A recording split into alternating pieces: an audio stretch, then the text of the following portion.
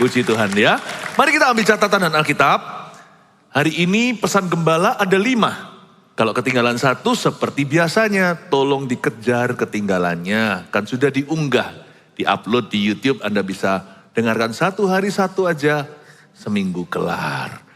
Budaya kita yang harus berubah, saya beri judul begitu. Saya merasa perlu mengkritisi budaya kita sendiri. Bukan budaya Indonesia, pokoknya budaya timur pada umumnya.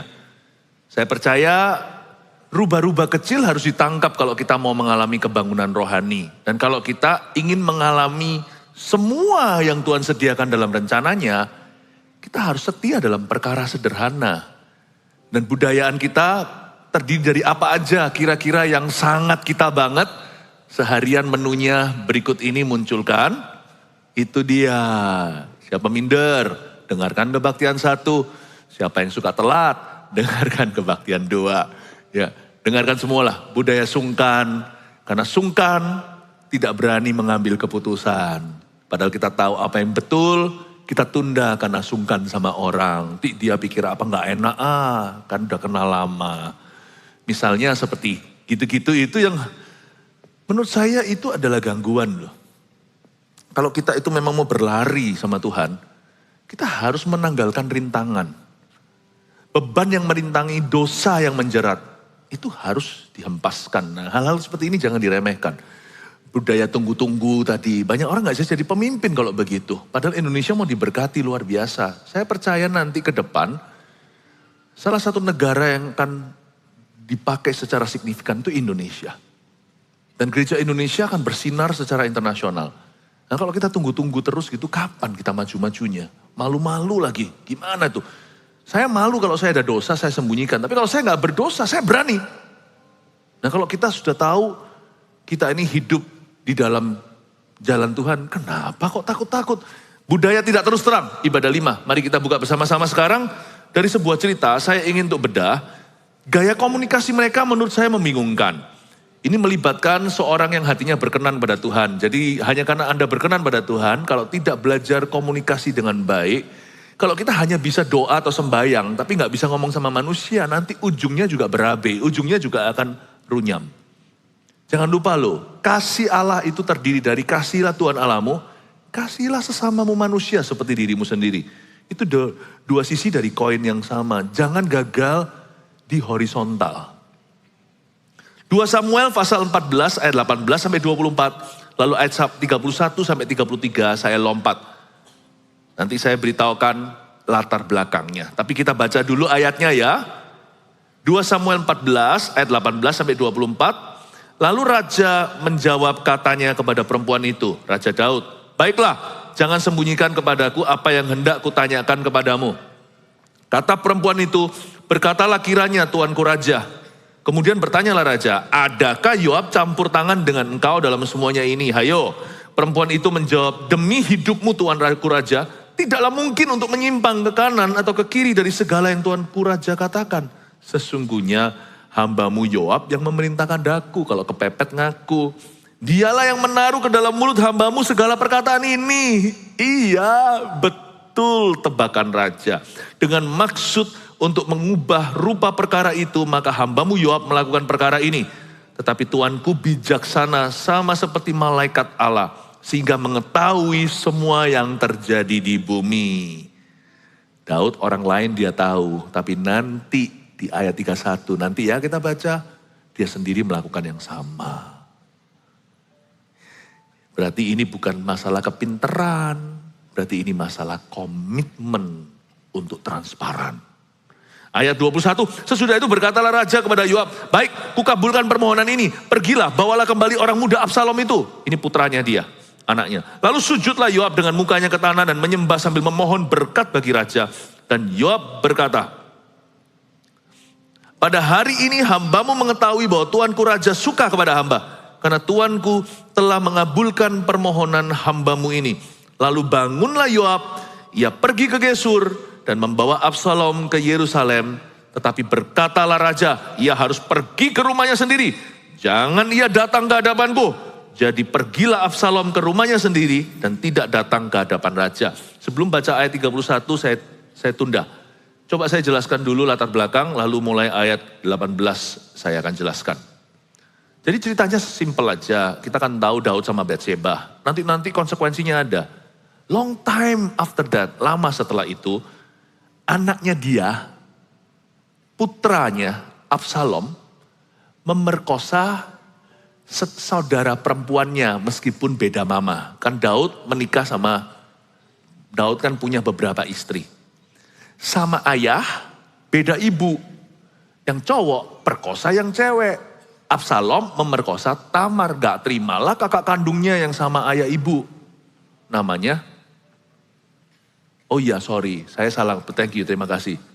Terlalu excited soalnya, Amnon ya. Amnon, maaf. Absalom ini adalah kakak kandungnya, thank you Pastor Yohanes, dikoreksi. Absalom ini adalah kokonya Tamar. Tamar ini diperkosa sama Amnon. Half brother begitu ya. Jadi saudaranya Absalom maupun Tamar namanya Amnon. Hanya beda ibu. Amnon perkosa Tamar. Absalom ngamuk. Akhirnya Absalom main tangan. Karena memang papanya kurang tegas. Dibunuhlah si Amnon. Setelah Amnon mati, Absalom lari, buron, lari ke tetangga sebelah, ke negara tetangga. Waktu lari ke sana itu, Yoab berinisiatif untuk memanggil dia pulang. Yoab melakukan itu bukan karena kasih, tapi karena ada maksud politik di balik. Kenapa? Nah, tetangga-tetangga Israel itu kan gak suka. Ada sih yang teman, tapi banyak yang lawan. Mereka itu hendak menghancurkan Israel. Dari dulu Israel ceritanya sama. Itu negara kecil mau dipites oleh negara tetangga. Jadi Yoab itu seorang yang taktis dan strategis. Ini kalau dibiarkan pangeran di sana, bisa saja nanti akan memperoleh intelligence dari orang dalam. Nanti tahu semua letaknya. Ini bahaya buat keamanan atau internal security. Bahaya buat keamanan nasional. Yoab itu gak tulus. Tetapi Daud gaya komunikasinya gak bagus.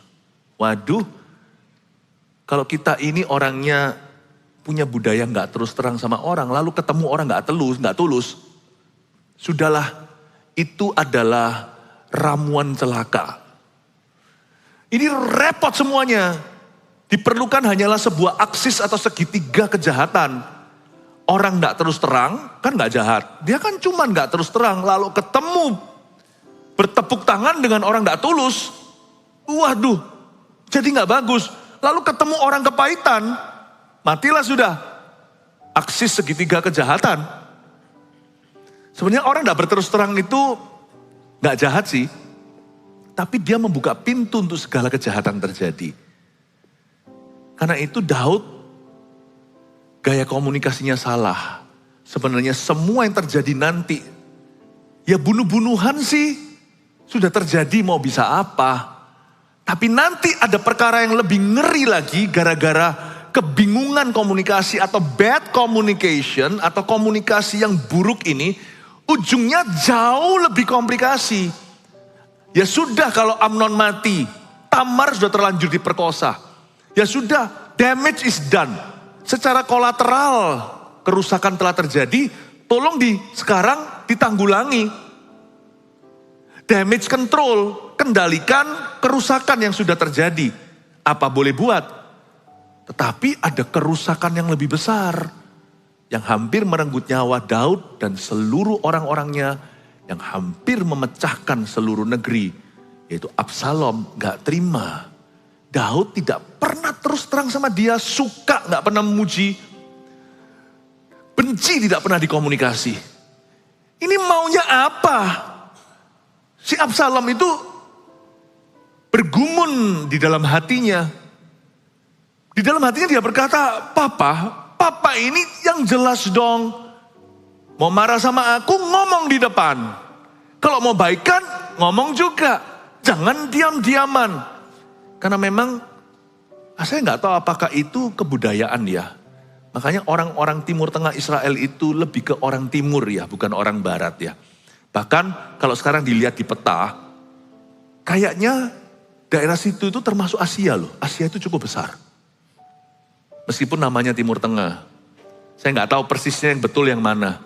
Saya sih menyebutnya Middle East, tapi ternyata itu masuk bagian daripada provinsi, daripada benua Asia. Wow, jadi kelihatannya memang hidungnya tinggi, hidungnya mancung-mancung. Orang Arab, orang Yahudi, tetapi kebudayaannya lebih cipika-cipiki, cium pipi kanan, cium pipi kiri. Kayaknya mereka jauh lebih Asia deh daripada Barat atau kebulean. Jadi ini lebih relevan buat kita. Apakah ini kebudayaan atau karena semata-mata karakter Daud belum lulus? Pokoknya terjadi pembunuhan kan, Amnon sudah mati, itu ngeri. Tapi Daudnya juga gak hukum, mendingan menurut saya kalau mau dihukum, hukum sekalian. Kalau mau ampuni, tolong beritahu kalau sudah terjadi pengampunan. Nah di mana fine line atau di mana yang namanya perbatasan? Kapan sebelum, kapan sesudah, before and afternya, blurry atau ambigu. Disinilah budaya ini membuat runyam. Karena kita bermain dengan api. Kalau orang tidak berterus terang, ketemu orang tidak tulus, ketemu orang kepahitan, jadi. Bapak ibu saudara, orang kepahitan jangan. Orang tidak tulus jangan. Minimal kita bisa terus terang jadi orang. Mesti belajar terus terang. Terus terang itu tidak enak. Karena kita harus memberitahukan sebuah pesan yang tidak mengenakan baik buat orang yang mendengar, baik termasuk buat kita yang menyampaikan. Dengan segala resiko kita gak disukai atau ditolak mentah-mentah. Atau nanti ada hard feeling kemudian hari ada perasaan keberatan. Menyampaikan itu perlu kasih ternyata. Kasih itu gak bisa bentuknya perasaan saja. Ternyata kasih itu harus membelani. Kasih itu harus bela-belanin. Untuk ngomong sesuatu yang kita gak suka ke orang lain. Makanya Yesus itu mengajari kita untuk mengasihi. Tapi seluruh cerita di Alkitab memberi ilustrasi gimana kasih beroperasi. Kalau ada orang bilang mengasihimu tapi gak terus terang dengan dirimu, orang itu tidak mengasihimu alias basa-basi. Tapi terus terang itu juga gak perlu pedas sih. Terus terang juga tidak perlu mulut kita seperti pedang bermata satu karena firman Tuhan saja yang bermata dua. Kita gak perlu mulut kita itu melukai. Lebih baik melukai seperlunya. Bapak ibu saudara jemaat terkasih, budaya tidak terus terang itu bukanlah budaya kerajaan sorga. Lihat bahkan seorang nabi dan raja seperti Raja Daud yang begitu diurapi pun kalau dia gak belajar terus terang, ujungnya terjadi komplikasi. Nah, waktu terjadi pembunuhan setelah selesai itu Absalom itu tidak pernah mendapat closure atau penutupan. Kasusnya itu tidak pernah sama sekali secara verbal. Daud itu mengutarakan, baik itu keberatannya, baik itu forgiveness pengampunannya atau ekspektasinya. Bagaimana orang itu tahu, kalau orang tidak terus terang itu biasanya mainannya asumsi. I assume you know lah. Saya asumsi kamu pasti tahu, gak bisa begitu. Karena gak semua orang itu bukan sepinter, ini bukan masalah tentang intelektual. Orang itu gak tentu bisa baca pikiranmu. Atau baca hatimu, jangankan orang lain. Istri Anda sendiri, suami Anda sendiri gak tentu tahu selalu. Itulah sebabnya berterus terang itu penting sekali. Dan terus terang itu tricky. Karena saya renungkan apa yang mau saya sampaikan di ibadah ini. Perlukah saya itu sampai menjamah topik komunikasi? Tapi Roh Kudus seperti yakinkan saya.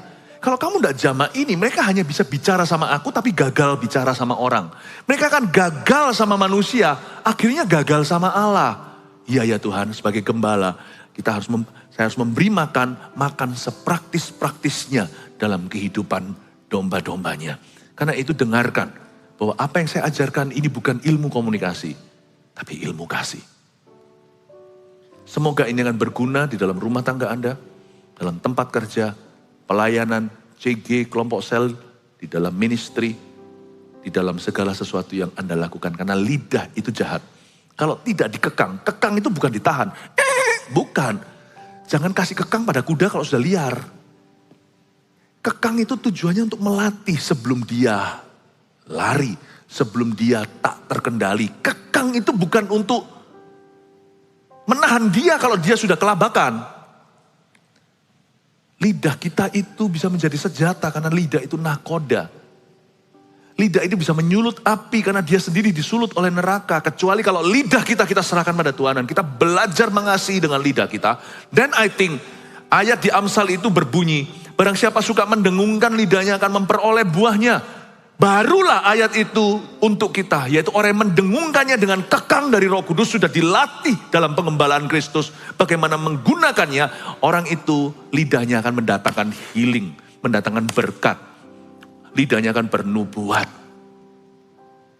Saya rasa kita harus seimbang. Ketika kita berbahasa lidah kita harus penuh dengan kebenaran. Karena kita dipanggil untuk menyembah Tuhan dalam roh, bahasa roh, itu kan pakai lidah. Dan kebenaran. Saya rasa sebelum kebenaran itu akan meresap di bagian tubuh kita yang lain. Pertama-tama harus meresap di bagian tubuh kita yang didengungkan untuk bahasa lidah, yaitu di lidah kita. Maka itu orang yang berbahasa lidah, tapi kata-katanya dia tidak tulus. Orang yang berbahasa lidah, tapi perkataannya dia tidak bisa dipegang. Orang yang berbahasa lidah, tapi lidahnya bercabang dua, biasanya akan jadi sandungan yang luar biasa. Makanya itu, bahasa roh sebagai karunia. Kalau Anda lihat di 9 karunia yang dituliskan oleh Paulus di surat Korintus. Dengan 9 jenis buah dari buah roh yang sama, yaitu kasih. Kalau Anda matchkan 1 dengan 1, 2 dengan 2, 3 dan 3. Apa matchnya bahasa lidah? Anda akan ketemu gentleness. Kelemah lembutan adalah buah nomornya yang match persis. Yaitu nomor 8. Gentleness itu dengan speaking in tongues. Lidah yang lentur berbahasa roh tiap hari, dia akan luas dengan orang. Tapi gak berarti sempurna. Lidah saya pun masih bisa lukai orang kok. Tapi sudah jarang. Puji Tuhan, ini gak ngaku-ngaku, bisa tanya sama keluarga saya aja. Lebih baik dan rekan-rekan saya. Bapak ibu saudara, saya pelajari sesuatu bahwa ini bukan ilmu komunikasi. Ini ilmu kasih. Nah sekarang mari kita lihat ceritanya ini. Gimana miskomunikasi yang terjadi antara 3 pihak sekarang. Antara Daud, dia yang paling bersalah karena dia pemimpinnya. Yoab, Absalom. Nanti kita akan pelajari 3 poin nanti sebelum kita pulang. Ayat 18, lalu raja menjawab katanya kepada perempuan itu, baiklah jangan sembunyikan kepadaku apa yang hendak kukatakan kepadamu. Yoab kirim 1 orang perempuan bijaksana dari sebuah kota. Untuk bicara sama raja, untuk persuade atau membujuk raja, agar mau undang Absalom pulang. Motivasi Yoab kalau menurut saya tidak tulus. Yoab gak pernah tulus. Yoab itu gak pernah tulus. Yoab itu setia pada dirinya bukan pada Daud. Karena dia tahu kalau terjadi perang dengan intel orang dalam, Yoab akan kewalahan. Dia tampak buruk sebagai panglima, tidak bisa menjaga keamanan negara. Yoab saya rasa cinta posisi ya. Kalau ada apa-apa dia yang diganti. Misalnya kalau ada suatu keadaan di sebuah tempat. Yang dicarikan akhirnya kepala tempat itu yang diganti. Yoab juga sama. Yoab itu sebenarnya care for himself. Dia itu mempedulikan dirinya. Tapi ya sudahlah. Mari kita telusuri dulu. Yoab ini tetap pinter. Dia cerdik seperti ular. Tapi gak tulus seperti merpati. Nah di sini masalahnya komunikasinya jadi buruk sekali. Yoab kirim 1 orang wanita, lalu raja menjawab perempuan itu, hei kamu jangan sembunyikan padaku ya. Kamu tadi cerita sama aku soal ilustrasi gini. Aku kasih solusi, ternyata yang kamu maksudkan adalah saya. Ini wanita hebat, menjebak Daud. Dengan sebuah perumpamaan. Daud berkata, kok bisa gitu? Daud bolak-balik digituin waktu dia dosa sama Batsheba. Nathan menegurnya kan begitu juga. Ada orang punya banyak domba, lalu ada 1 orang itu dombanya cuma 1, direbut sama yang punya banyak, lalu disembelih. Wah harus mati orang itu. Baginda, kaulah orang itu. Istri Uria kau ambil. Kau punya berapa istri? Uria true love-nya cuma Batsheba. Waduh, nah ini sekarang kena lagi. Kena lagi dia sekarang. Perempuan ini kasih ilustrasi dengan tujuan untuk mencelikan mata raja.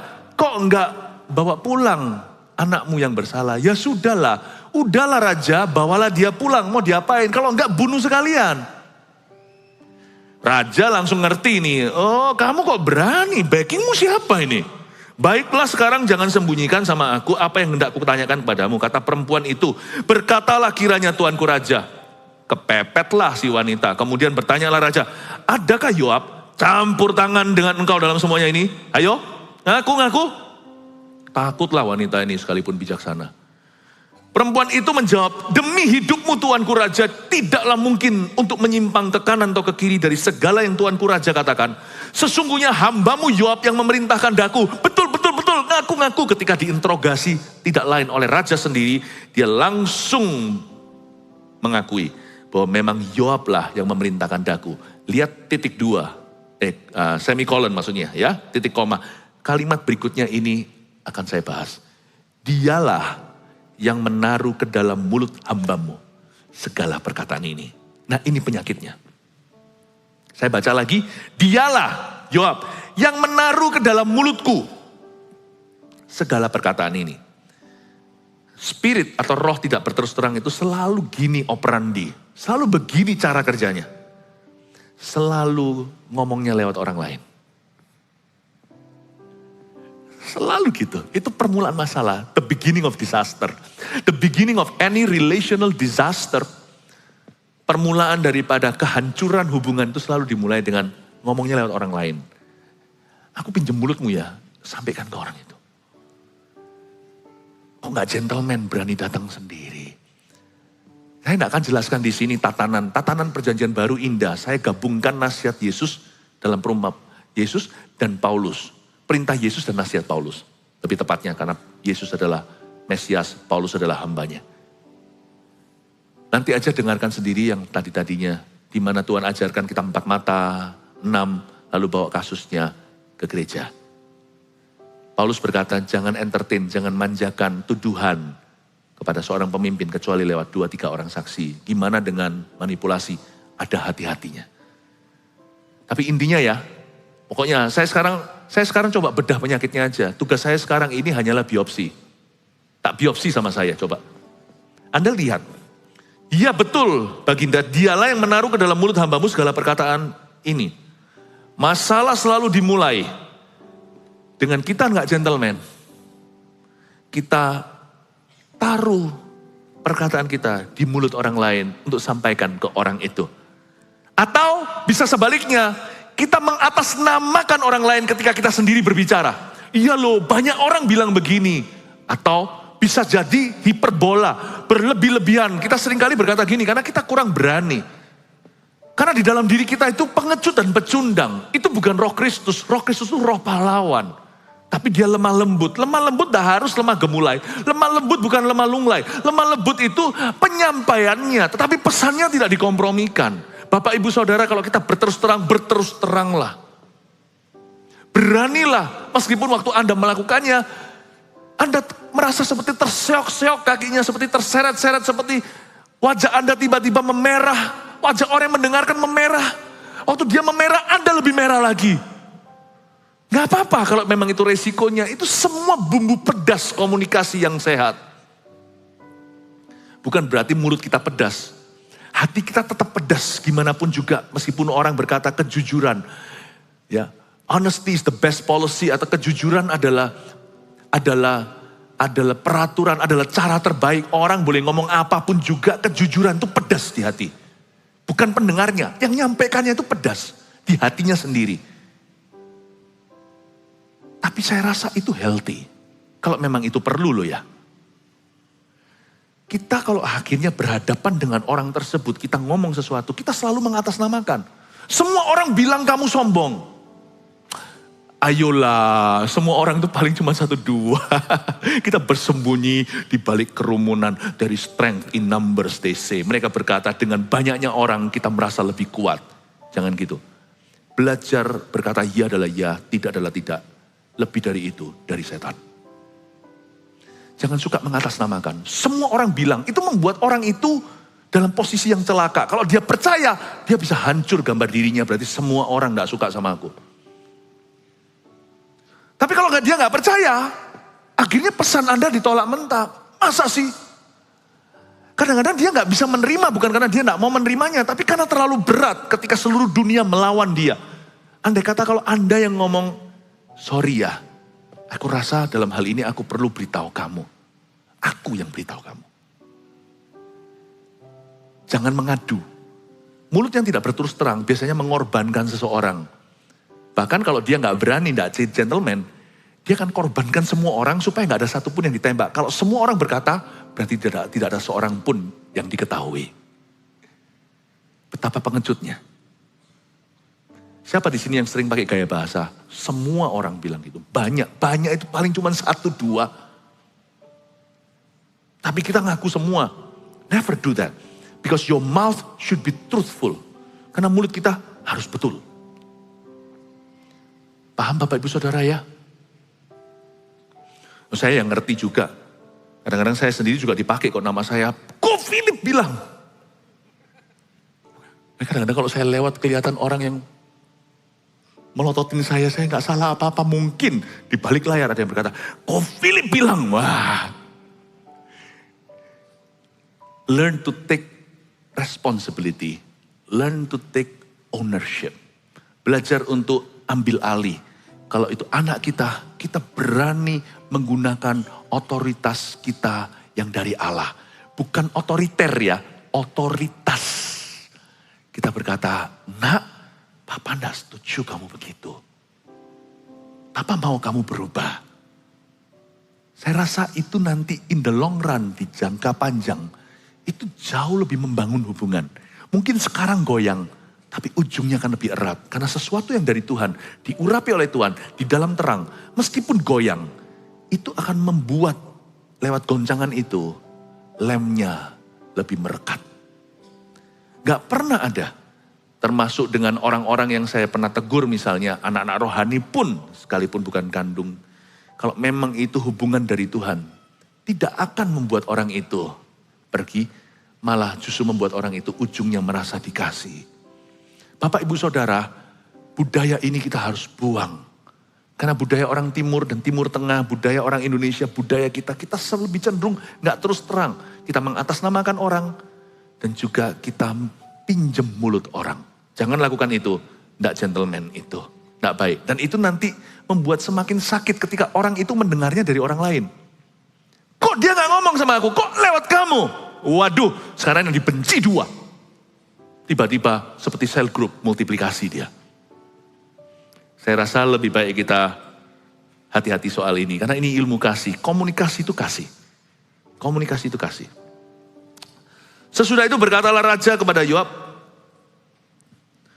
baik, kukabulkan permohonan ini. Pergilah, bawalah kembali orang muda Absalom itu. Akhirnya dikabulkan kan? Ya sudah, ya wis gitu ya. Lalu sujudlah Yoab dengan mukanya ke tanah dan menyembah sambil memohon berkat bagi raja.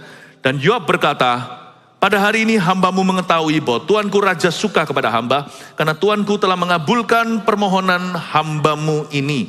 Aduh Yoab, kau pandai bersandiwara. Yoab ini berujung mati nanti dibunuh di zaman Absalom, dihukum mati. Yoab, dia berkata, kau mengabulkan permohonan hambamu itu ini. Masa gak tahu lah, Daud itu tahu kok ada udang selalu di balik batu.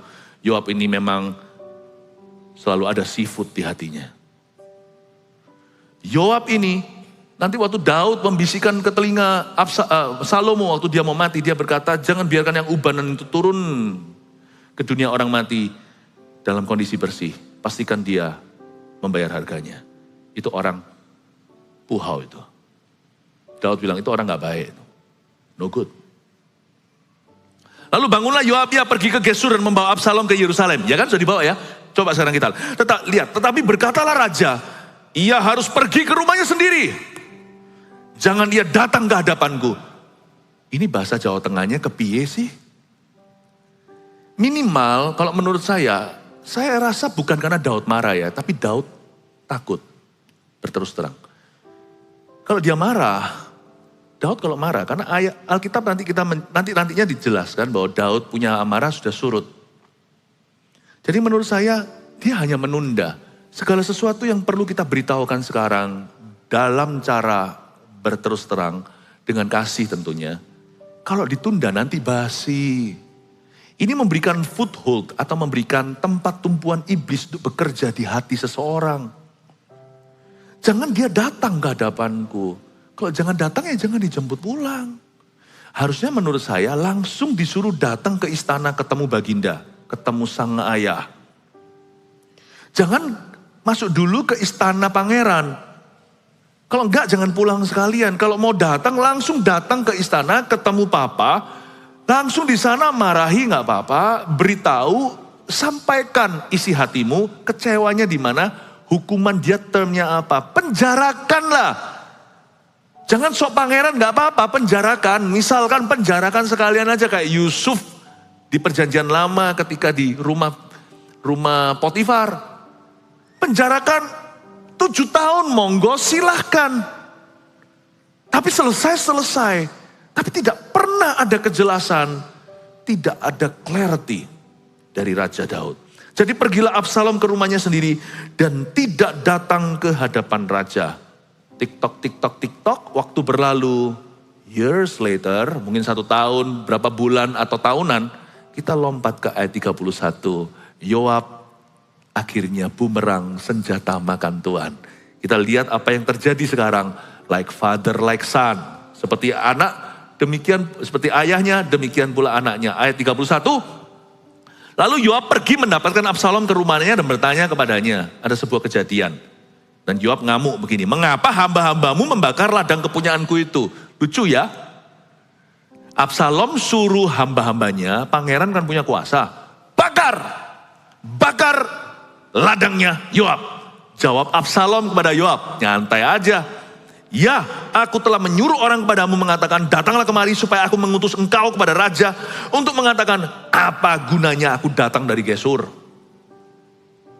Lebih baik aku masih tinggal di sana. Maka sekarang aku mau datang ke hadapan raja. Jika aku bersalah, biarlah ia menghukum aku mati. Pakai cara yang sama. Yoab pinjam mulut orang. Absalom pinjam tangan orang.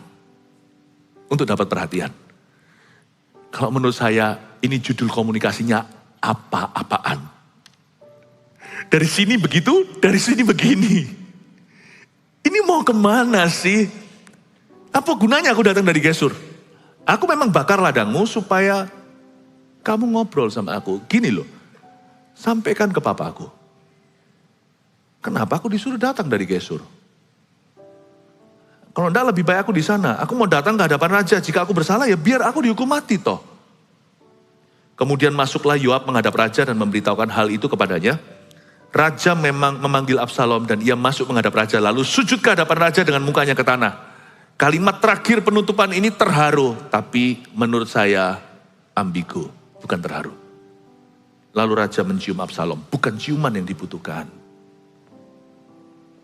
Kata-kata. Do you know that the word of God doesn't kiss the world into existing. Tuhan tidak mencium dunia dan menjadikan alam semesta. He speaks. Dia bicara, jadilah terang. Jelas tatanan, terang jadi.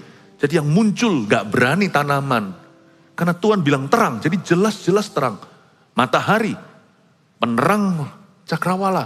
Lalu ada space-nya, air terpisah. Lalu tak.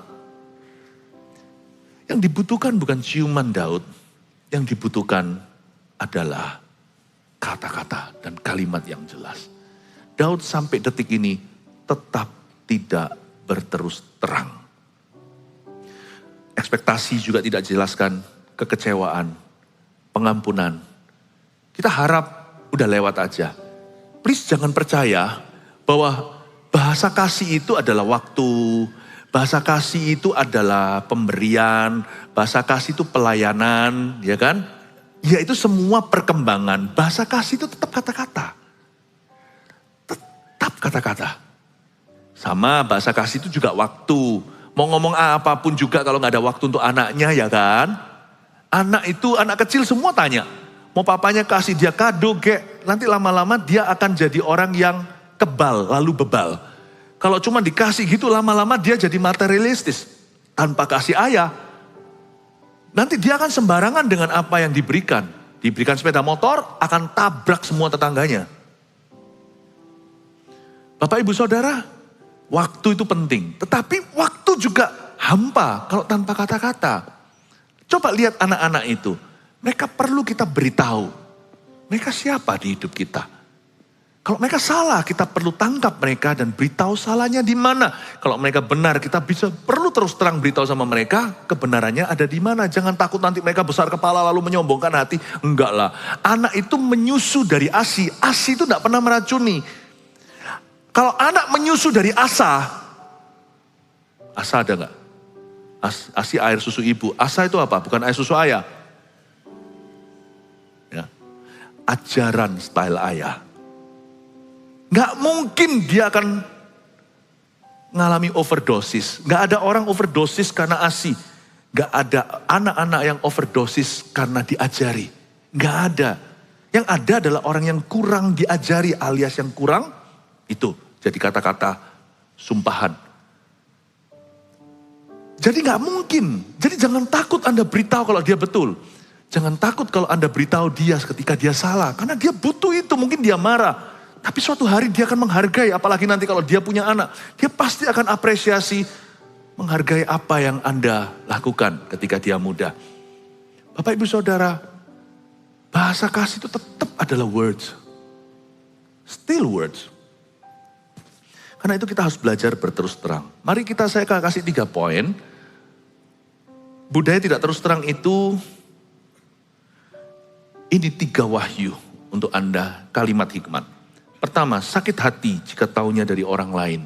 Kenapa budaya tidak terus terang harus pergi? Atau harus pelan, jangan pelan, harus cepat berubah. Karena sakit hati loh nanti orang kalau taunya dari orang lain.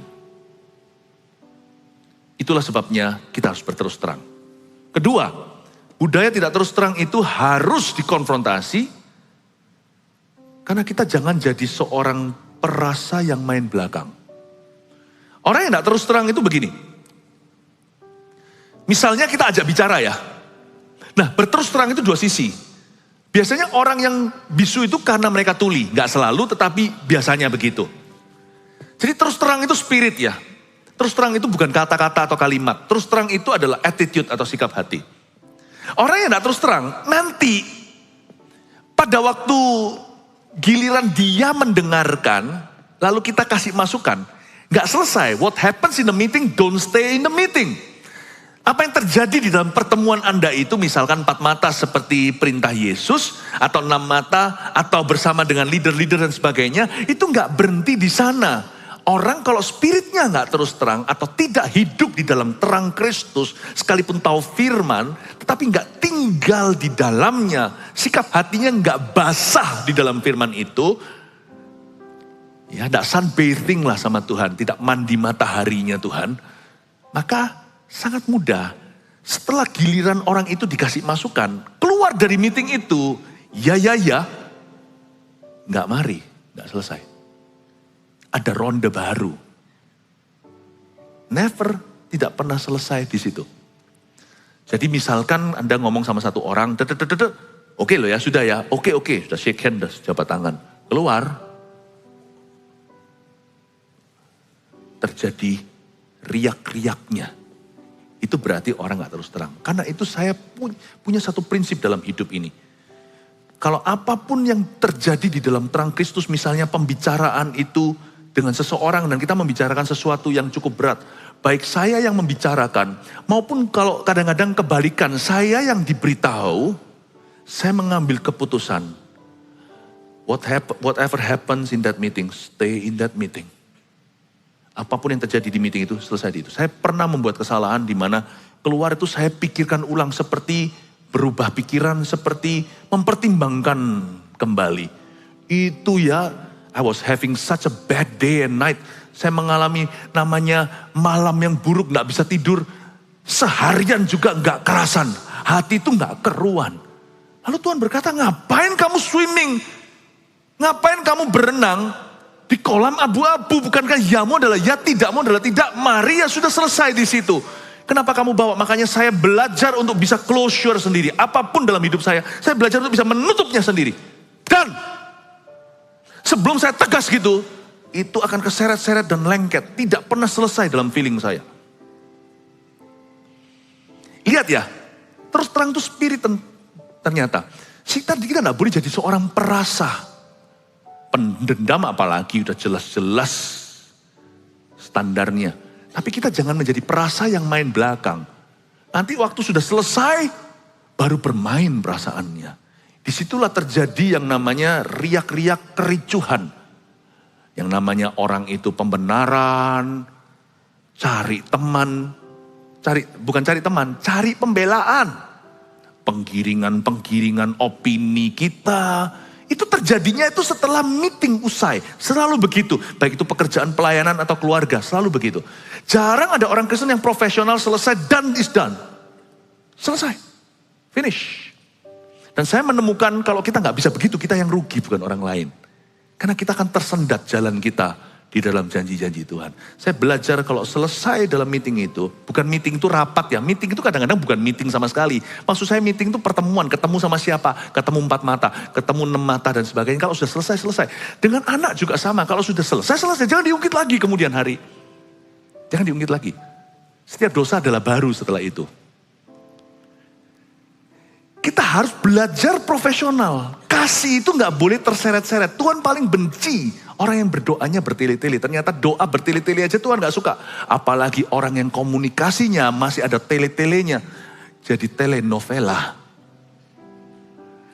Selesai, bungkus, wrap up, bungkus, tutup, dan itu kunci ada pada kita, bukan pada konseling. Anda bisa konseling sampai mati juga tidak terjadi perubahan. Kuncinya di kita, kunci kerajaan sorga, apa yang telah kuikat terikat, apa yang kulepas terlepas. What you allow in your spirit through your mouth, what you allow in your mouth through your spirit. Apa yang kita izinkan dalam hati kita melalui mulut kita, dalam roh kita melalui mulut kita, dan apa yang kita izinkan di mulut kita lewat roh kita yang salah. Jangan jadi seorang perasa yang main belakang. Terus terang itu spirit.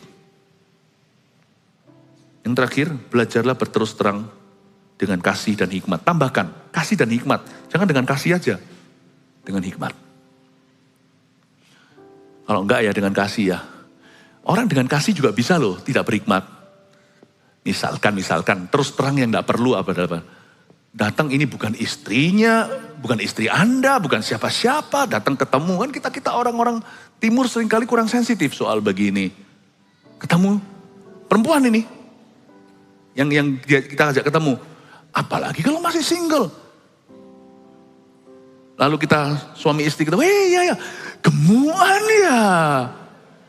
Jujur ya, memang betul dia gemuan. Tapi nothing to do with you. Karena Tuhan tidak memanggil kita jadi timbangannya. Percayalah itu pergumulan dia sendiri. Dia sudah coba diet berkali-kali. Gak usah lah. Memang itu betul. Kan gak salah. Oh ada banyak hal gak salah. Ayo mau duduk tak? Saya beritahu semua cacat celahmu. Gak usah saya kenal Anda. Saya bisa langsung sekarang baca dari atas ke bawah. Sama Anda juga bisa baca saya dari atas ke bawah. I don't think so ya. Saya rasa harus dengan hikmat ya. Kalau dengan hikmat, gak cuma dengan kasih. Atau kita merasa itu hikmat Allah. Tapi kalau kita tidak melakukannya dengan kasih ya percuma ya. Tong kosong nyaring bunyinya. Harus pakai kasih. Nah, kita sudah tahu lah ya, klise lah. Dimana-mana tahu lah katanya orang kalau sebelum bicara sesuatu kan harus ada kata ting itu apa. Is it true, is it apa.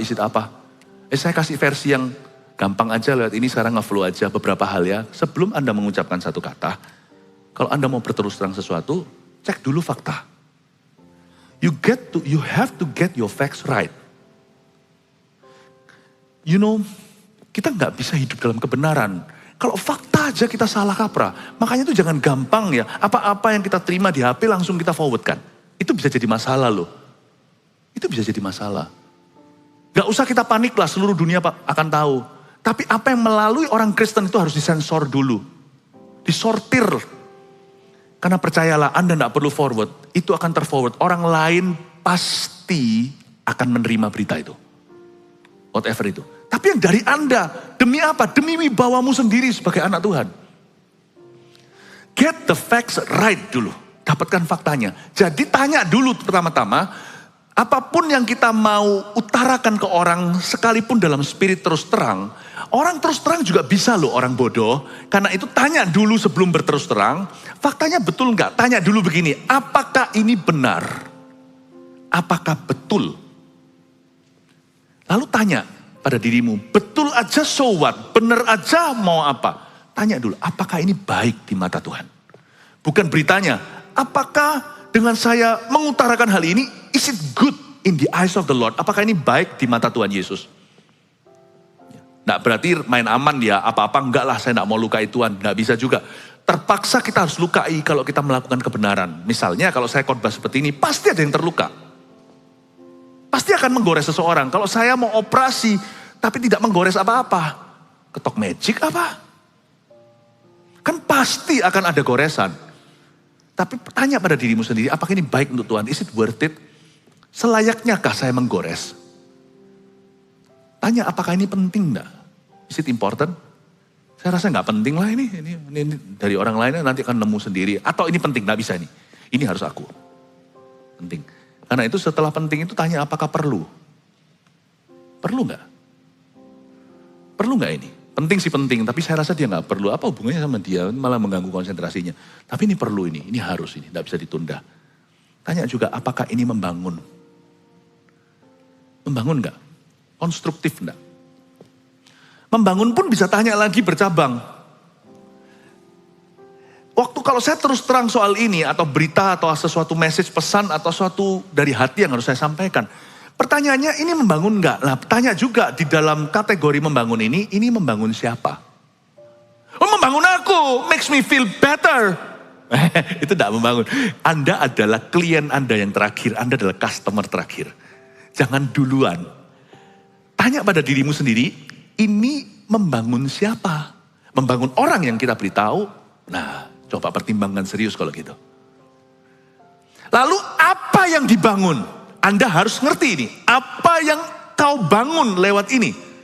Aku membangun ini supaya begini. Bukan supaya aku beritahu dia supaya dia tahu. Tahu unek-unekku. Itu bukan membangun itu melampiaskan. Harus tanya, ini bangun apa? Kalau Anda mau sewa arsitek, sewa kontraktor, Anda harus tahu dulu mau bangun apa. Mau bangun ruko, rumah, mau bangun tempat kerja, mau bangun apa. Tapi Pastor Philip, apa bisa kita itu mikir gini semua sebelum kita berbicara? Makanya firman Tuhan berkata, hendaklah engkau lebih cepat mendengar, lamban berbicara. Tuhan kasih kita satu mulut, lidahnya pun di dalam mulut kita, dan dua telinga. Lidah mau keluar itu perlu visa dari mulut kita. Visa dikasih, dikasih. Peruntukannya harus jelas. Anda tidak bisa pergi ke negara tertentu, bekerja kalau visa Anda turis. Mulut kita hari ini disumpah untuk apa? Kasus ini bangun apa? Baru visanya keluar dari Tuhan. Amin Bapak Ibu Saudara. Saya rasa kita gak akan bisa sempurna. Saya janji kita akan membuat kesalahan setelah dengar khotbah ini, termasuk saya.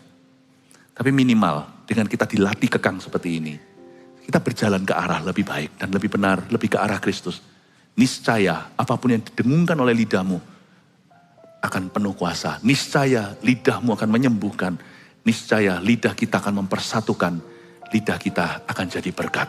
Saya berdoa keluarga Gereja Mawar Syaron semuanya menjadi orang yang bisa berterus terang dengan hikmat dan dengan kasih. Semoga hidupmu semakin diberkati. Berikan tepuk tangan untuk Tuhan Yesus.